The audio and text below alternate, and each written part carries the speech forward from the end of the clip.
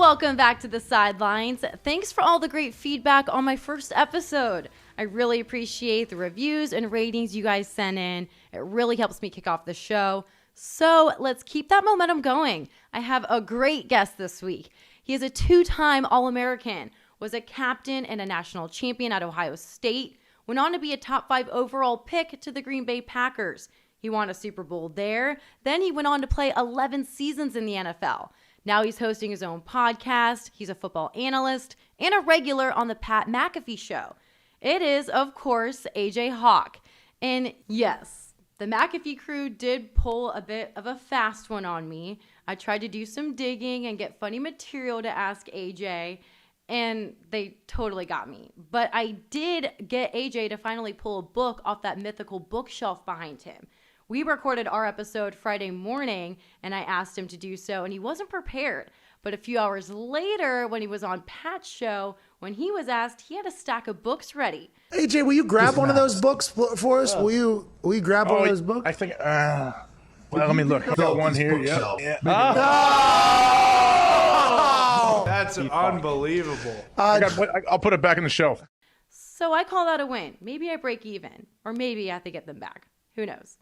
But AJ and I recorded this episode early Friday morning after the Browns beat the Bengals in Thursday Night Football. And in that Ohio battle, which quarterback had more to prove?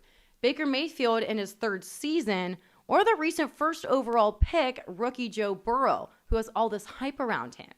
And prior to the start of the NFL season, AJ actually chose the Cowboys to win the Super Bowl. And he played under their new head coach, Mike McCarthy. So he provides some insight on how he can help the Cowboys make it to the playoffs this season, let alone win it.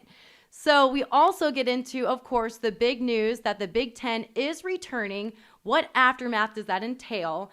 And now that AJ's a media personality, I mean, he's everywhere, he talks about his experience on that side of the game. And finally, AJ's dishing on his former teammates. It's a really good one. So let's get right into it. Here is my conversation with AJ Hawk. Thanks for doing this. I appreciate it. Oh, yeah, no problem. I'm surprised I haven't crossed paths with you yet. I feel like we have so many mutual contacts. Yeah, how long have you been around Columbus? Well, I'm from Columbus. I grew up in the Pell Dublin area, actually just a few doors down from Kirk Herb Street. Oh, geez. Okay. Yeah. Do you know Chris Quinn? He played basketball at Notre Dame, and then he played for the Miami Heat. He's coaching there now. Oh, yeah. Yeah. So that's my family's very good friends with his in-laws. So I met Brady at Chris's wedding, but I was young. I think I was in 8th grade, but I was in Dallas and Chicago. I didn't start my broadcasting career in Columbus, but since I've moved back, that's when I started meeting everyone. And you know Mike McCarthy, right? Yeah, I met him at the Combine, and he's been super great. Oh, good. Yeah, he's awesome. He's been great. I was with him from day one. So yeah, he's a good dude. I have to ask, can you grab one of those books behind you? No, I was wondering that for so long because I feel like on Twitter everyone talks about this bookshelf, and it looks real.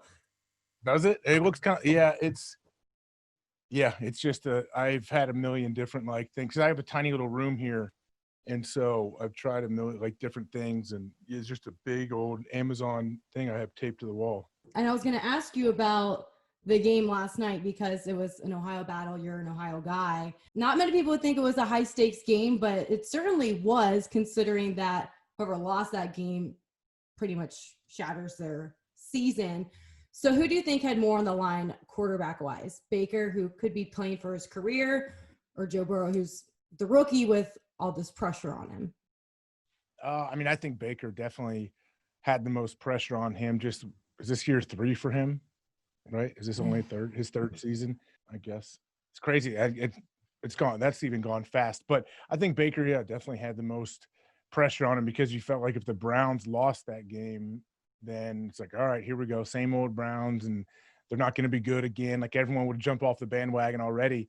And the fact that I think Baker looked good, I think the Browns looked pretty good, and the Bengals actually looked good too in the loss. I think it's almost like everybody wins. Joe Burrow obviously looked amazing, played really, really well. So the Bengals have hope, and the Browns still have some hope too. And if the Browns would have lost, I think there would have been a lot of upset Cleveland fans, no question. They would have been trying to you would start the conversation like, okay, what do we have to do?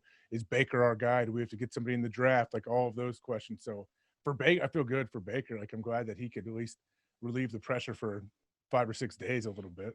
When it comes to teams like that who have so much talent and they're struggling to win games on Sundays and make it to a playoff, what do you say is missing? You've been on a national championship team with Ohio State, a Super Bowl championship winning team with Green Bay. What's the key ingredient? Is the culture an issue there? Are players not bought in? What would you say is contributing to that?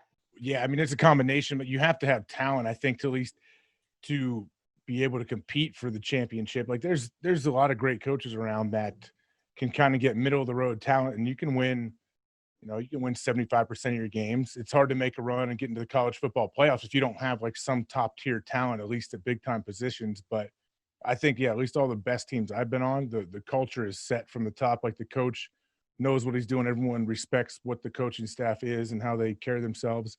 And then if you have a good quarterback, if you're in college or the pros, any level, really, if you have a stud quarterback, you have a chance to win. You really do. But yeah, the teams that like each other and enjoy being around each other a lot, that like you can't measure it, you can't put a stat to it, but those are like every great team I've been around, they all get along really well and they hang out on the field, off the field, like they do things everywhere.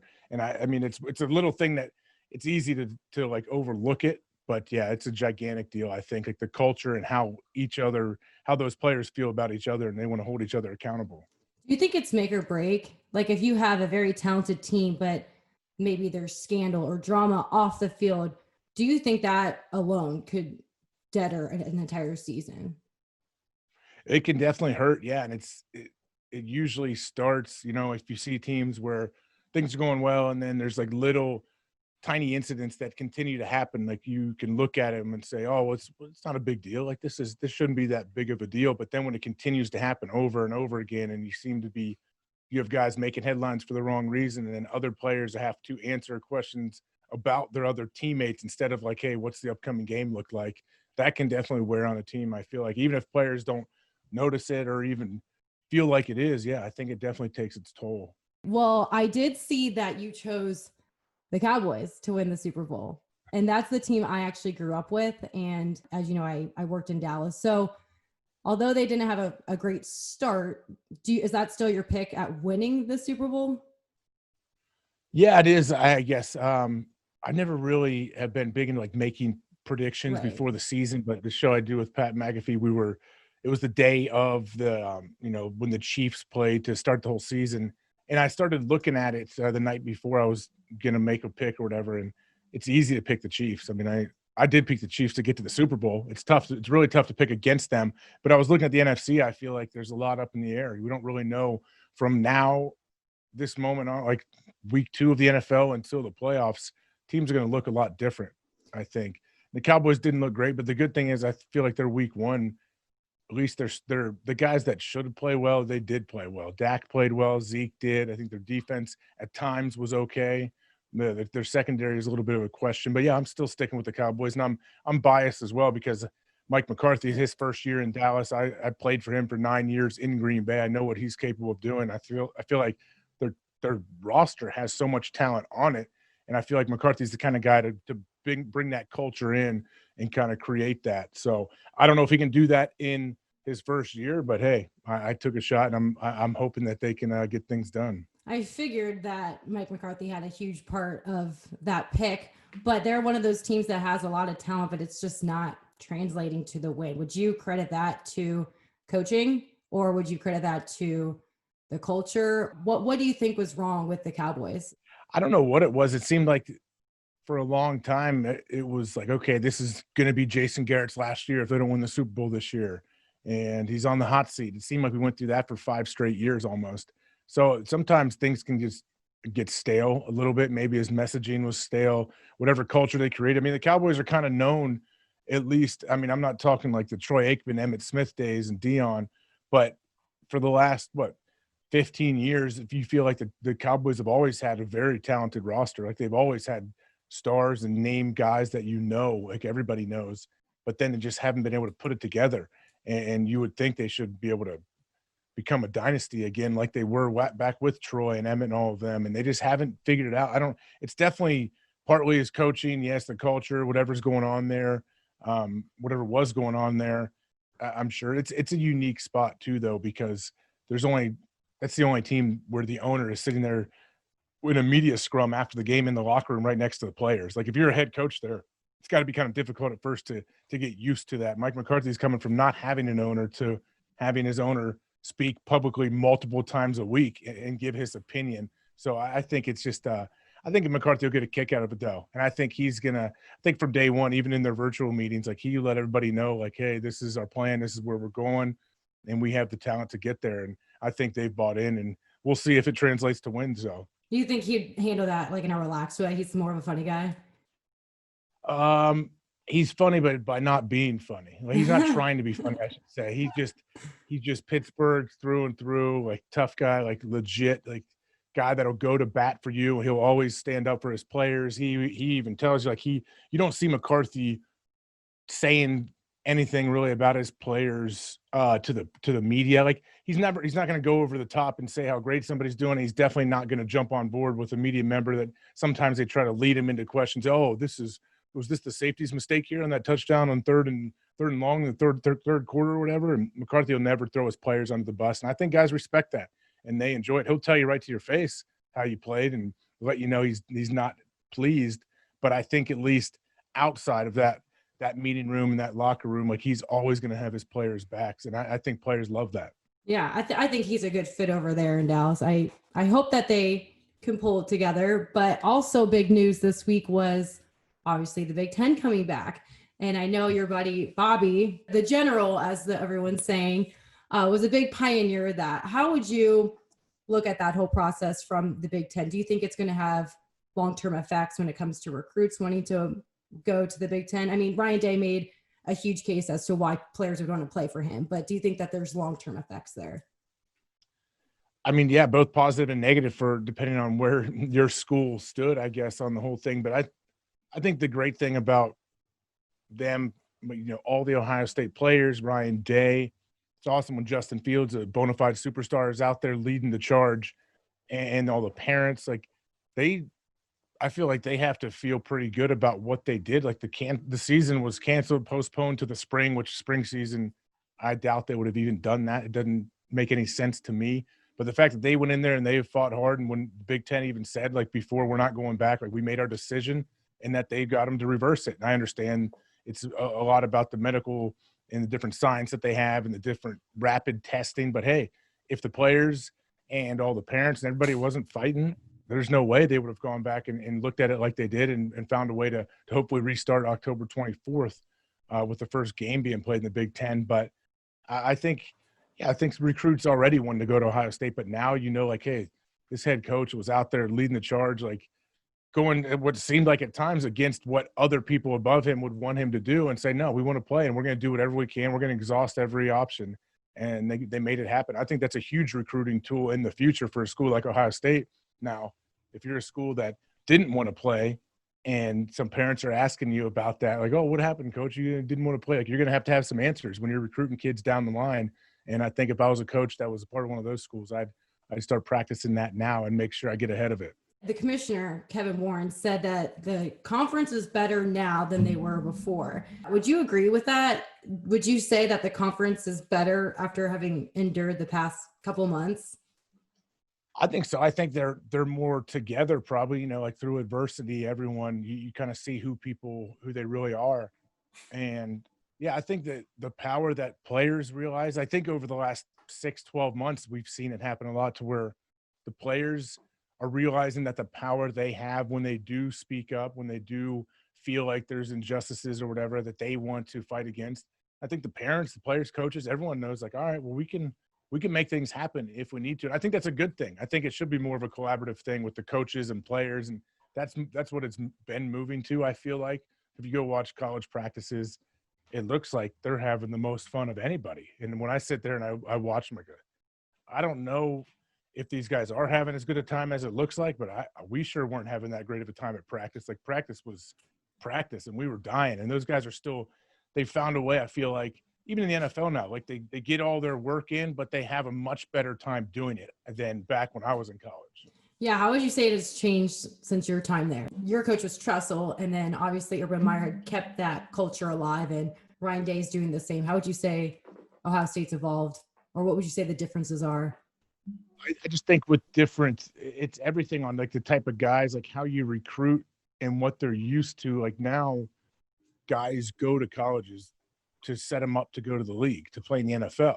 And they're thinking that when they're juniors in high school. And I think coaches they own that too. They say, hey, believe me, we want you to go to the league. We want you, that to be your ultimate goal. But hey, let's win a few national championships on the way. And hey, look at our track record. And if you turn on any games on Thursday night, on Sunday and Monday night, you're going to see a lot of Ohio State guys making plays and a lot of young Ohio State guys. So we will set you up to get there.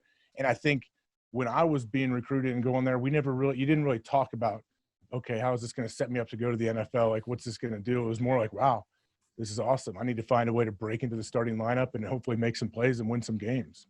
So I talked to your agent, Mike McCarthy, a lot about the players returning and the significance of that tape versus the combine.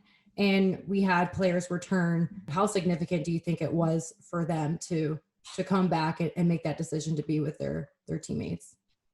I think it was huge for them to come back. I mean, Shaun Wade, Wyatt Davis, both key pieces to Ohio State and where they want to go. But I think it's going to be good for both of them too. And if there's 8 or 9 regular season games, however many they have before they hopefully get into the college football playoff and make a run, I think it'll be huge. Like if you were, let's say, I don't know exactly where Shaun Wade is, where they're projecting him, but it's going to help him. And I think he's going to have a chance, hopefully, to win another championship for Ohio State.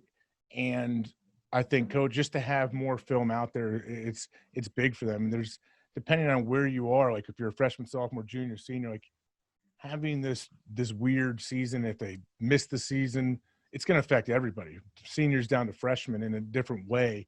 But I think the fact that those guys, they didn't even, I mean, I guess it's called opting out, but when they opted out, there was no season, there was no football season. So then the best part, I think is great, and it shows how good of a coach Ryan Day is and everybody else at Ohio State, is the fact that as soon as the Big Ten announces it, you hear that Shaun Wade and Wyatt Davis are trying to get back. You're like, okay, this is, now I want to play, and I want to make sure I'm back there on my team with my guys. And I think that shows you like how special it really is to play at Ohio State, and how much trust they have in their teammates to know that, hey, we really have a chance to make a run again.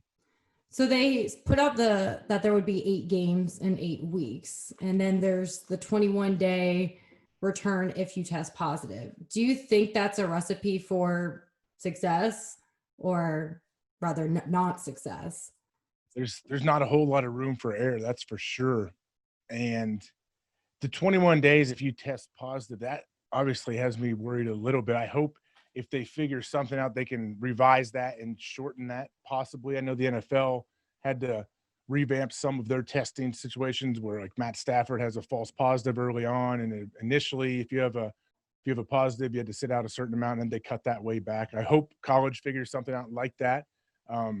Because yeah, if you're missing 21 days, and what if Justin Fields, he can go miss 3 games, 3 of the 8 games? That's brutal. So I hope they find a way to figure that out. But the good thing is I think once these teams are fully back in like season mode practicing, I think they'll do a good job of, they'll know like, hey, we don't have any leeway here. We need to make sure we are all very responsible, because if you are not, like if you stand up there as a head coach and tell your whole team like, hey, look at Shaun Wade, or look at another guy who's in it, going to be playing his last year at Ohio State. If you want to go out there and go be reckless and irresponsible, you will directly affect this guy's life and everything going on with all of the rest of your teammates. So that's how you can, I guess, maybe scare some guys into being responsible. And I think the NFL is a prime example right now. Guys they understand that. Like, they don't want to be the guy that messes things up for their team. One thing I was a little bit nervous of, the Michigan game, the rivalry game, is always at the end of the schedule. And Michigan obviously always wants to derail Ohio State's chances of the national championship. Let's say if Michigan has a loss, or they're not undefeated going into that game, what's to say they don't just try to go out, be negligent, and then they can't play and they have to forfeit, so that game won't even be played? Because then Ohio State doesn't get a win. not to put the idea out there for Michigan, but that's my initial thought is if that game is at the end of the season and with the protocols put in place that could easily prevent a game from being played, it could be Michigan could screw them over. Yeah, if they really think they don't have a chance to win, that'd be a shady move. But yeah, you can't put it past anybody, I guess. Right. And then Harbaugh doesn't have to deal with another loss. I guess, yeah, if you didn't play, then you don't have to answer questions about why you lost again. So hopefully we don't get to that point. Well, you had a successful football career. Now you're going into the media side of things. Now, were you one of the players who hated interviews? I didn't hate them. Yeah, I mean, you're switching the roles. I always find that interesting because sometimes players hate talking to the media and then they go into media. Yeah, I never hated talking to the media. I'm sure if you talk to the local people in Green Bay over the years, they probably said I wasn't around a whole lot, just because when you're in there and you're in the facility, like there's just so much you have to like get to the work. As soon as I get off the practice field, I got to go work out, and I want to find a way to eat quick before I go into my next meeting. And you're supposed to work in and getting into the locker room and talking to the media. So I wasn't available all the time, but I was always I was fine talking to them. But I think after my 5th year in the league, I went to the broadcast boot camp the NFL puts on. You can apply and get in. It was like a 3.5-day thing, and they run you through every possible aspect of broadcasting and writing scripts and using a teleprompter, calling games, all of that. And that kind of reinforced my belief that I wanted to go into some form of broadcasting when I was done. And I really enjoyed being an analyst for games and doing color commentary. I'm doing 10 Conference USA games here starting September 26th. And I've been doing that for a while, been doing games on and off for the last 2.5 years, probably. I really enjoy that. And then jumping around, that's the cool thing with all the different platforms and networks. If you want to do something, if you're passionate about something, there's a place to put it up. And I think it's a great time to be somebody that cares about doing anything when it comes to broadcasting. Right. When sports went away, you and Pat were able to put content out there all the time. Your draft show was super successful. So you're able to do both, like the traditional broadcasting, but also this new stream of sports media where it can be unfiltered. How would you position your TV personality? Are you more the traditional side, or are you navigating towards that raw, just unfiltered version? I think you're right in the middle. Yeah, I think I like to do both. I wouldn't want to like stop doing either form of it. Like I do a show 5 days a week with Pat McAfee. It's on Sirius now. He does it from 12 to 3. He's on, and then I join him every day from 2 to 3, and it's streamed on YouTube. And he's big about his YouTube page and his channel. Like that's what he's growing, but it's also on Sirius at the same time. I enjoy that world. I guess it's easy to be authentic and real on there when there's no like FCC regulations, and Pat played. So we kind of have similar experiences on what happened when we were in the league, and we have a lot of same friends and stuff as well that on different teams. But yeah, I don't ever want to be like stuck in one lane of like, this is all I can do. I'm not like a hot take guy. I'm not good debating somebody back and forth. If they give you a list of 10 topics and make you debate, I'm tough. That's tough for me because there's a lot of things that I just don't want to debate about. I don't care about, and I can't fake an opinion on something that I don't have any knowledge of, or I don't really care about. I can't fake enthusiasm to try to argue with somebody. And it can be scary. There's so many times where I'm afraid to say the wrong thing. Have you ever felt like you're holding back, or you just kind of let it fly?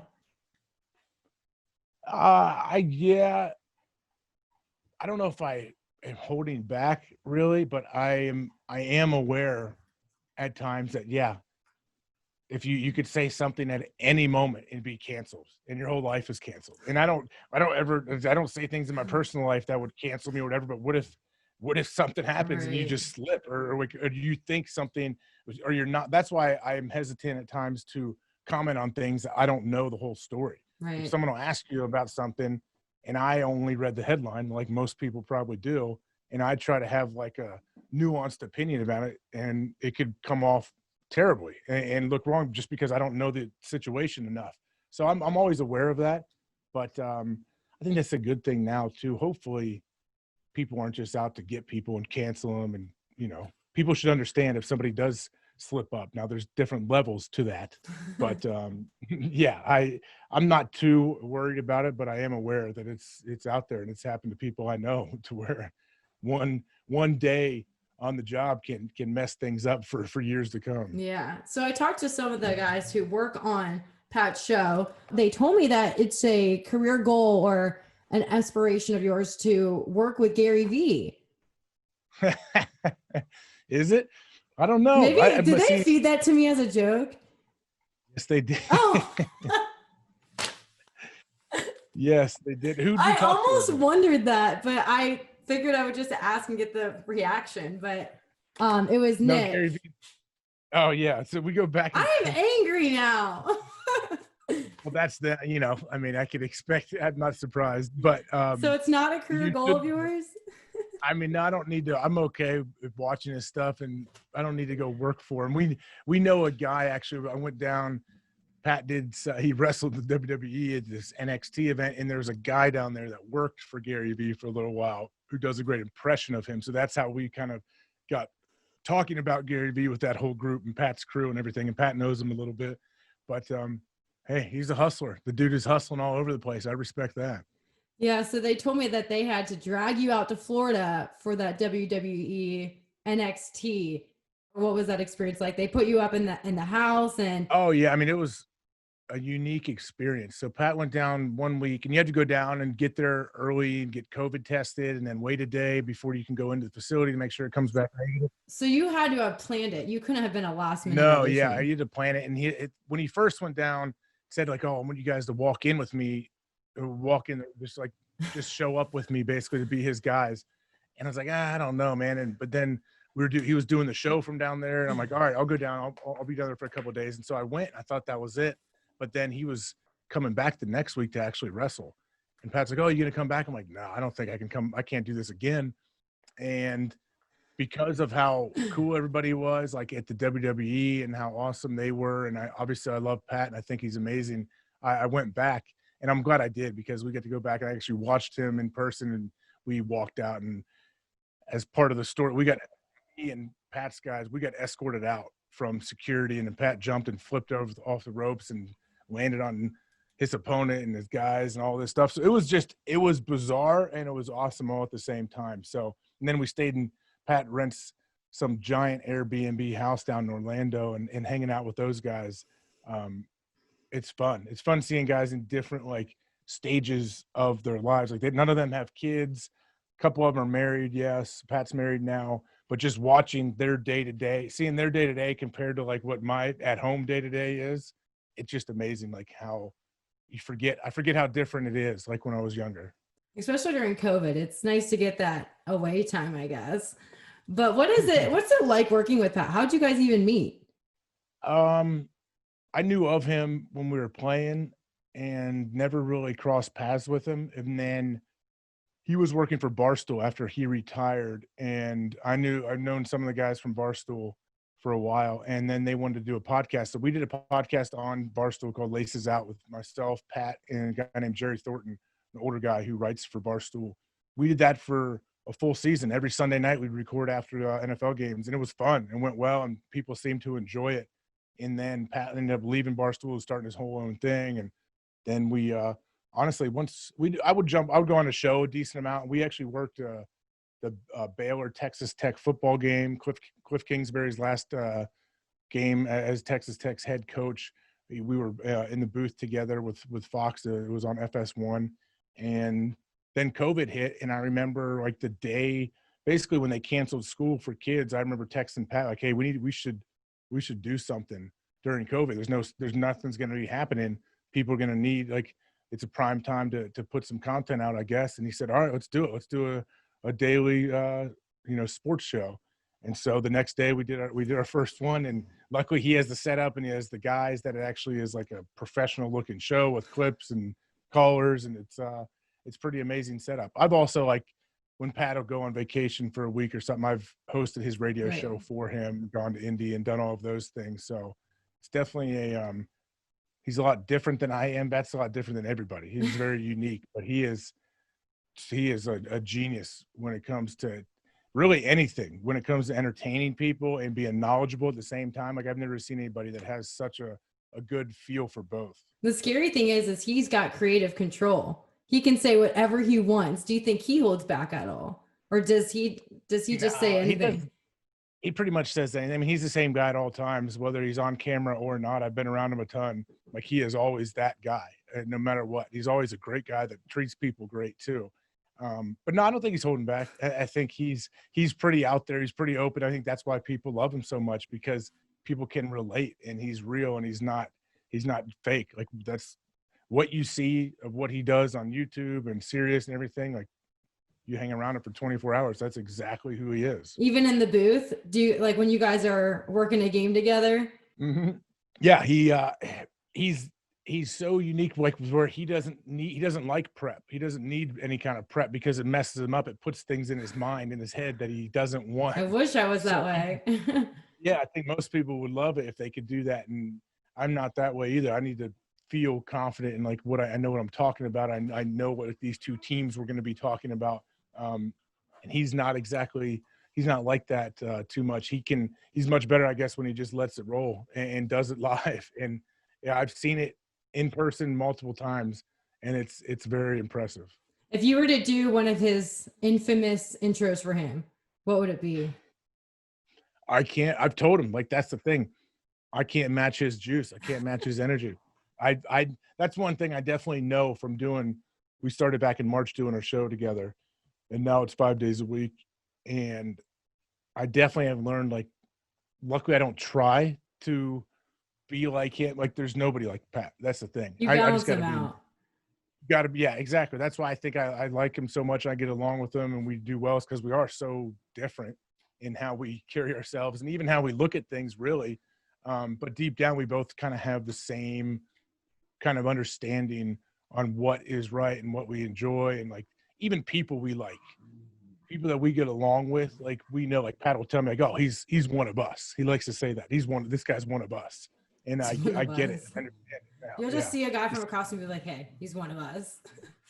Yeah. Or talk to somebody like, yeah, I had a rotor-rooter guy out. I had some drain outdoors that we were trying to stake, and I don't know what was going on. Some roots were growing in some PVC pipe, and the guy, I just got done doing the show with Pat, and I came down the yard, and the guy running the rotor-rooter is like, hey, did you just get done with the show with Pat? And I go, oh yeah, I love that show. And I tell Pat that. He's like, yeah, those are our people. One of us. One of us. And it's true. On the brand or for the brand. Yeah. Oh yeah. Yeah. I would say you're pretty good at branding. You're the chillax version with the cigar, but yet you mix it up with the flamethrower. Oh yeah. Well, yeah, it's all just, yeah. I enjoy cigars and it works out well. On this little attic I'm sitting in now, I have some ventilation, and yeah, it keeps me like focused. If I don't, like, I'll do 4-hour serious radio shows. And if I don't, like, I just find myself getting lost on the computer or on TV when I'm like, oh, wait, I'm in the middle of a 3 or 4 hour radio show right now. I need to focus back in.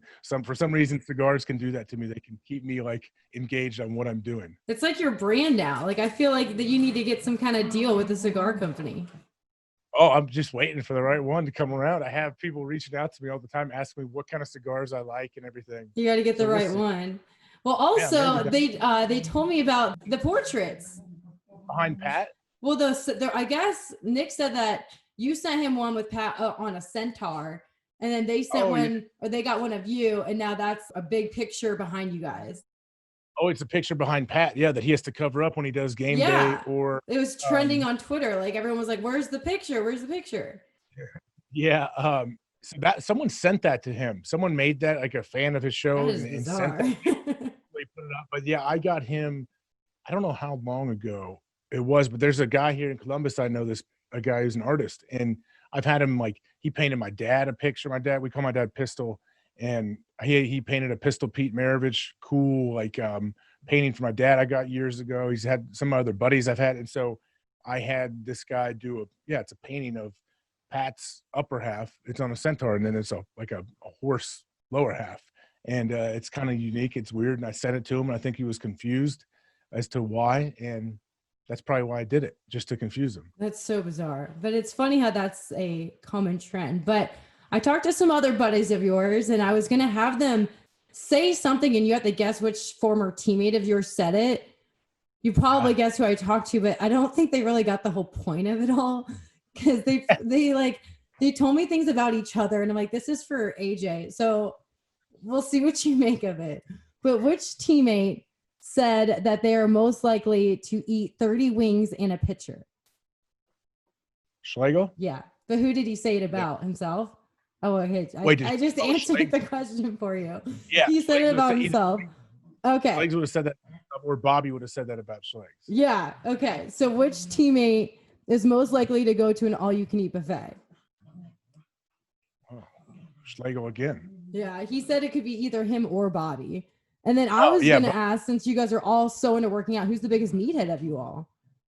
Oh, that probably goes up and that probably goes back and forth between it, but most likely Schlegel. Yeah, Schlegel is deadlifting with cowboy boots and jeans and a flannel, and he's deadlifting 8,000 pounds. So yeah, I'd say Schlegel is still the biggest meathead of everyone. I did a podcast with Schlegel, and he literally showed up in jeans and like a button down. He goes, "Yeah, I just worked out in this. No need to shower." I'm like, "What?" Yep, that is him. Who has babysit the most for the coaches? Man, I don't know. Like a teammate that's around my age? Okay, so you know who I talked to, but of you three, which one would it be? Oh, Schlegel would babysit for coaches. Okay. I thought this one was funny. Which one's most likely to walk out of a meeting? Oh, Bobby, no question. Walk out or get kicked out. That's all Bob. Or get Tressel to cuss. That's Bob. Yeah. Yep. Okay, most likely to accidentally fall asleep in someone else's house. Schlegel.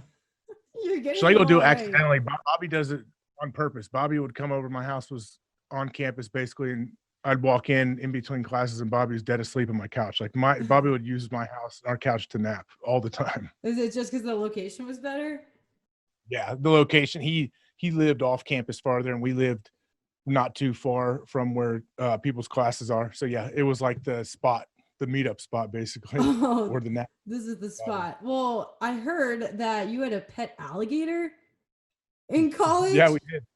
How? It wasn't how big. Did that happen? Well, we had to call our landlord and everything and ask him, make sure it's okay, because in Just our a big lease it lizard. said no.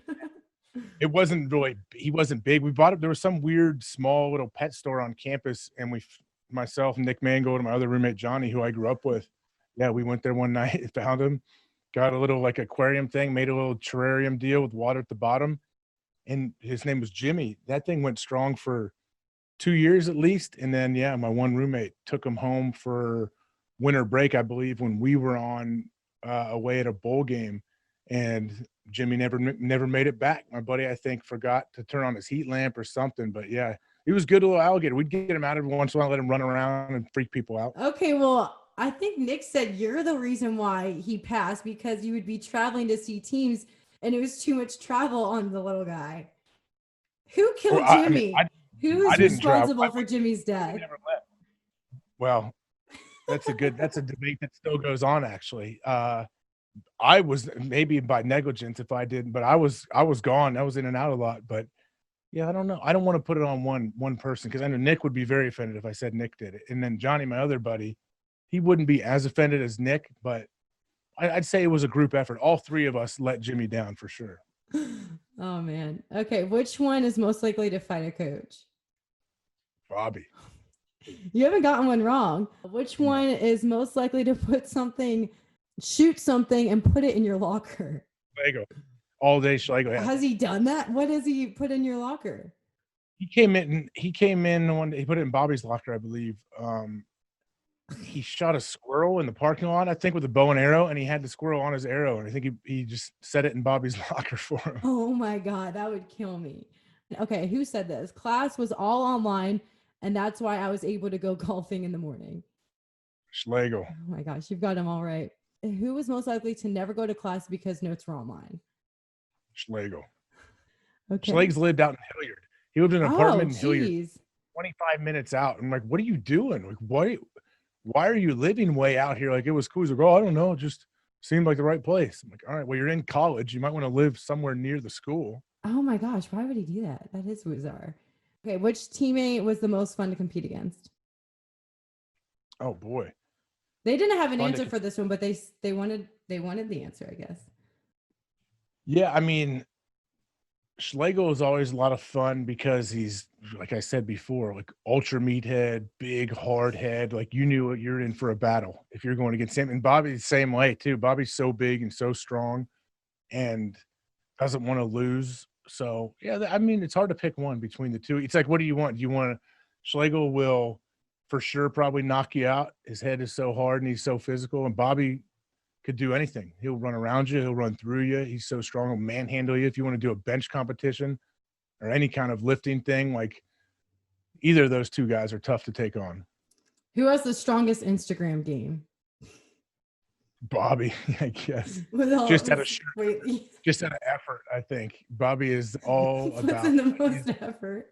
Yes, he definitely puts in the most effort, and Bobby cares the most. Bobby, that's why he's the general for getting Big Ten football back, because Bobby is not scared to go out there and put himself out there and find a way to rally the troops, I guess. Teammate most likely to stop practice and call the offense offsides and walk the ball back 5 yards. Bobby. I'm assuming that actually happened. Oh yeah, it's happened numerous times. Okay, and then I have a few quick hitters. What would you say you're most known for? Oh man, I don't know. Probably depends who you ask, really, right? What do you think? What should it be? I guess it depends on what time in your career. I would maybe the hair at first.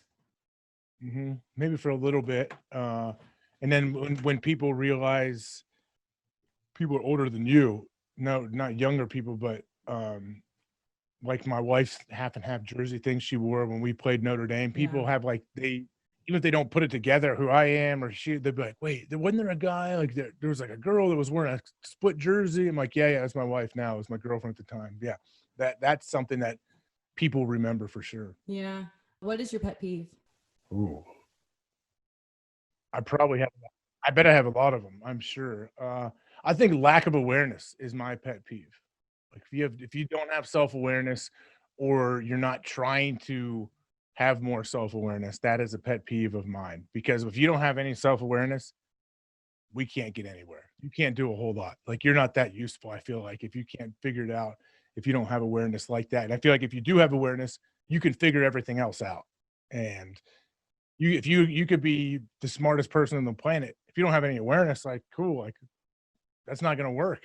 It's not going to work in the real world. Maybe in test taking and in some weird corporate world, or if you're a scientist that might, but man, when you go out in the real world, you have to be able to interact with people and learn how to handle situations and not always complain and think you're a victim. So yeah, I think awareness, lack of awareness. Okay. What's your most embarrassing moment? Whew, I've had plenty of them. Yes. One game in Green Bay, I remember I was running out for warmups. It wasn't like it was when they announced you individually and we were running out as a team for our initial warmups, and everybody was jogging out, and there was between the tunnel and the grass, there's like a little section that was like a little drainage grate. And I remember I was running out one game, and for some reason, I don't know why, I stepped on this grate, slipped, fell, went down hard in front of everyone at Lambeau, right as you're getting to the end zone almost to run out. Slipped, fell, and it hurt bad. Like it hurt, but I had to act like it didn't, just because I had to get up and try to run to walk it off. But I remember as I fell and I was starting to get up, Charles Woodson ran by and he said, "Ain't nothing hurt but his pride," and he just kept moving. And I was like, man, that is that is true, actually. It's a good You're line. right. Like, it does hurt physically, yes, but also at the same time, it's very embarrassing. I'm thinking this, like, oh man, I think my brothers saw that. Like they're on the other side and sitting on the other side behind our bench. Like you think I wonder how many people saw this. And I had plenty of people afterwards actually ask me, "Oh, are you okay? We saw you go down before warm-ups even started." I'm like, "Yeah, I'm good." Nothing about the game. Just, hey, you tripped before the game. Who would you want to join the show with you and Pat? I know Aaron Rodgers is a reoccurring guest, but who would you like to come on other than Gary Vee as well? Honestly, Charles Barkley, I'd love to have on. Yeah. I had Charles on my podcast a couple of years back. And I've been around him a little bit out in Lake Tahoe, this golf thing I play in, and he is awesome. Like he's so entertaining, so funny. And I think you can plug him into any situation and he'll be Charles and people will love it. And so, yeah, I think, you know what, that's a good idea. We need to find a way to get Charles on to get his opinion. Maybe as basketball continues and we get to the finals, maybe we'll try to find a way to get Charles on. I think Shaq would also be funny with you guys, or Gronk. Those would be two funny personalities to mix in with you guys. You can't go wrong with any of those guys. Yeah, they got big personalities. But yeah, I've heard some stories about that tournament. And did you tackle Herb Street? Not Herbie. No, Herbie's not out there. You tackled him at an alumni game. That's right. But you tackled a fan or something? Yeah, like they're out there and there's this 7th hole. These kids would hang out, and by kids I mean like they're probably 30 something. Dude, tackle me. Yeah, and I hit a guy maybe 5 years ago. I did it, and it worked out great. And so then it became every year I'd go back, and they'd be waiting for me, the same group and the same guy, and we'd tackle him and try to make it better than the year before that. And now he's still out there, but I think we arm wrestled this year. Like the kid took some shots. Like I think before it got bad, everyone was like, all right, we should probably not hit this guy anymore. Let's do something else. And so who knows what it'll be in the coming years. But yeah, I don't know if I'll be tackling him much anymore. Huh. What makes you cry? Like I tell my kids, like I don't cry when I'm sad. I cry when I'm happy. So that's why I try to tell them, because kids cry every day at some point about something. Anything with kids, any movie where a dog dies, that's for sure. Yeah. I don't want to watch that. Well, that's not happy. That is sad. yeah, that is sad. Right? That's why I won't go. I've told people before, like my wife and I, for some reason, went and saw Marley and Me. I can't watch it. We'll never watch it. Yeah, Golden Retriever dies for an hour and 45 minutes straight, pretty much. I don't know why we ever went. Stuff like that. That is very sad. You're right. But no, like all kids stuff, like seeing my kids do anything, really. Like I'm not scared to cry. It happens all the time ever since my kid. I have 4 of them, and once the first one was born, I think something, I don't know. I wasn't like a super emotional kid or whatever.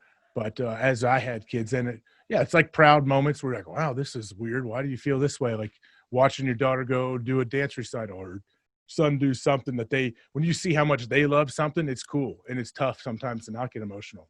Yeah, that's good stuff. I really appreciate you coming on. Oh, yeah, no problem. Let us know where we can catch all your stuff.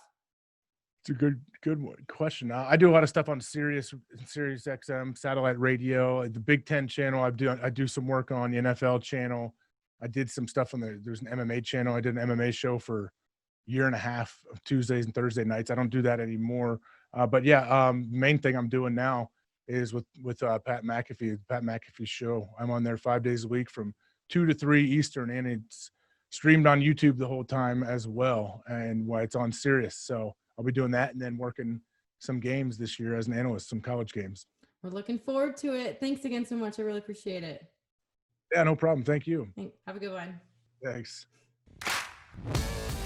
If you guys like the show, please leave a review and a rating. It really helps me out. And follow me on social media at Steph Otey, STEPHOTEY. Have a good one, you guys. I'll see you next week.